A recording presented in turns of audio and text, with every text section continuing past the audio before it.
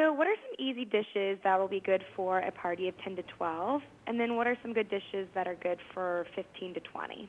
I like to approach it with variety. So the amount of food you're going to have is going to be dictated by the amount of people, but the variety doesn't have to be dictated by the amount of people. So you can have a little bit of a lot of different types of dips. You can have a little bit of a lot of different types of grilled veggies, burgers, chicken, shrimp, etc. And we've provided you with a couple of easy recipes to make it even simpler. We have 2 dips here that I like to pair with Tostitos scoops and Tostitos restaurant-style tortilla chips, because nothing starts a party and makes a party like Tostitos. But the dips are simple. You start off with a salsa, and then you add 4 other ingredients. That's why I call them 5-finger dips, because there's 5 ingredients total. The other recipe I have brings the flavors of a sushi bar to your ranch dips. There's some pickled ginger and some soy and some wasabi. And to have that spread out there so that you can create an area that is the center of attention where you're cooking, so you don't feel left out of the party. And you even have the beverages here if you like. I'd like to address your question about 10 to 12 versus 15 to 20, because those can be quite different. Sometimes 10 to 12 is you don't want to run out of food, but it's how do you know how much to have? And then 15 to 20, you know, how long are they going to stay? Are you going to have anybody that lingers? So what I like to have is a variety of things that you can have available during the whole party. Things like Tostitos salsas, some Tostitos chips, and then I like to have a few custom-made dips. So you could do things like having grilled fruit. I don't know if you can see it over here, but we have some grilled pineapple where people could customize their own salsa. And then we have some things that we've built ahead of time, like this hummus oasis. It has your favorite hummus with a little guacamole and some crab salad. You know, depending on how many people you're having and how many different types of items you're going to serve would really determine how much you want to serve. So if you're going to have a couple dips and you want to have a delicious whole grain chip to go with them, you know, you would want to select something like Sun Chips. That would go great with this hummus oasis dip. And then maybe you have a couple finger foods, a couple items for the grill. You definitely don't want to go overboard. You certainly want to have a nice variety, right, but you don't want to have so much food out that it's like nobody knows what to choose. And Jenny, one of the tips to be able to provide variety is to make your portions small. So if you're going to serve a burger, one of these recipes we have for you is a Gorgonzola bacon burger. But you notice we made them small, slider style, and they get topped with a little bit of bacon and a little bit of grilled onions. And I even like to add crunch by adding a couple of ruffles on top of that as well. And then for people who are a little more health conscious, that's where you can look towards the hummus, for instance, but we also have a very light Korean barbecue sort of style setup going on here, right, Tara? Right. You know, something like this Korean barbecue setup could really encompass your whole party, because you have something like fish. You could also have skewered beef. You have a skewered vegetable, which could be combined with the meat, or it could be eaten separately.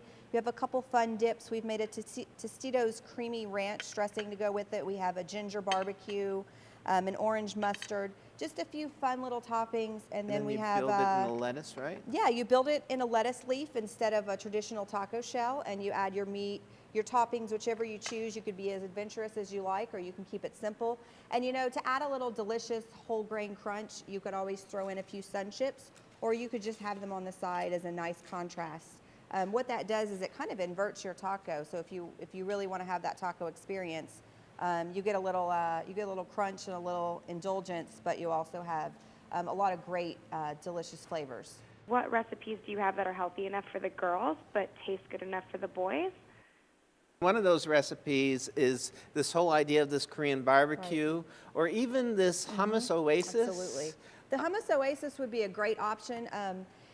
Because it's got some bold, strong flavors. You could even make 2 versions of it. You could make the same base hummus and have avocado, and then on one you could put maybe some spicy beef, and then on the other one you could do maybe some black beans. Right. And then you serve it up with Sun Chips, and it really gives you that whole grain crunch. But you know, I think that because you know you have a unique situation, try to keep it simple. Try to keep to maybe a small, simple theme, and then have a few outlying things, like have a variety of salsas, and then have something simple that you really could put together all in one little spot.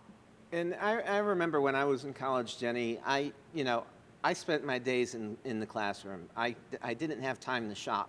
And one of the things that you can do is, look at when you shop for your chips, your Tostitos, Sun Chips, Ruffles, whatever, shop for those ahead of time because they're usually fresh delivered from directly to the store. So you have a good amount of shelf life on them, and you can keep them in the pantry, or you don't have to refrigerate them, as well as some of the salsas and dips And that then if you don't have an to be impromptu refrigerated. Party, you just pull something out, and you always have something on hand, like Tostitos. And then some of the perishables, like some of the proteins, you buy a little closer to the event itself. Do you have any secrets or tricks that make any event better, no matter what? There's a couple things that I do. One thing is I always have a signature cocktail. I know we're not really talking about beverages here, but I always have a signature cocktail, whether it's alcoholic or non-alcoholic. I try to have something that looks fresh, that's seasonal, that someone can maybe make a cocktail out of it, or they could just have it on ice. And then I always try to stick to a theme so that it's simpler for me to think about the whole picture, from decorations and flowers to food and sauces. If you try to stick to a theme, be it a seasonal theme or a type of food or a culture or a region of food, it helps you kind of focus your menu and really focus your party. I don't know how you feel about that, but that's what works for me. Right. Themes are always popular, and then know where your friends are frequenting as far as when they go out to eat, and try and incorporate that into the experience. Yeah. Or you can also ask them to bring a surprise item, a dip or something that they want to bring to show that they've contributed something to the party as well. And that takes a little bit of the burden off of you. And that's probably my favorite trick, is getting the guests to do some of the work for you. What is the easiest way to set up a small college apartment for a successful event? That's a very good question. Here's what I do, and I'll be interested in what you would do. When I lived in a small apartment in college, I got the dinner table out of the way. In fact, the dinner table went closer to the kitchen against the wall, and it became the buffet with all the snacks and the chips.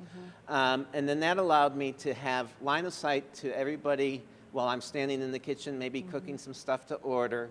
Have an open space where people can either congregate as one group or break off into smaller groups, and have little tables and trash cans here and there to help facilitate them getting rid of their products, or putting stuff down, putting a drink down, etc.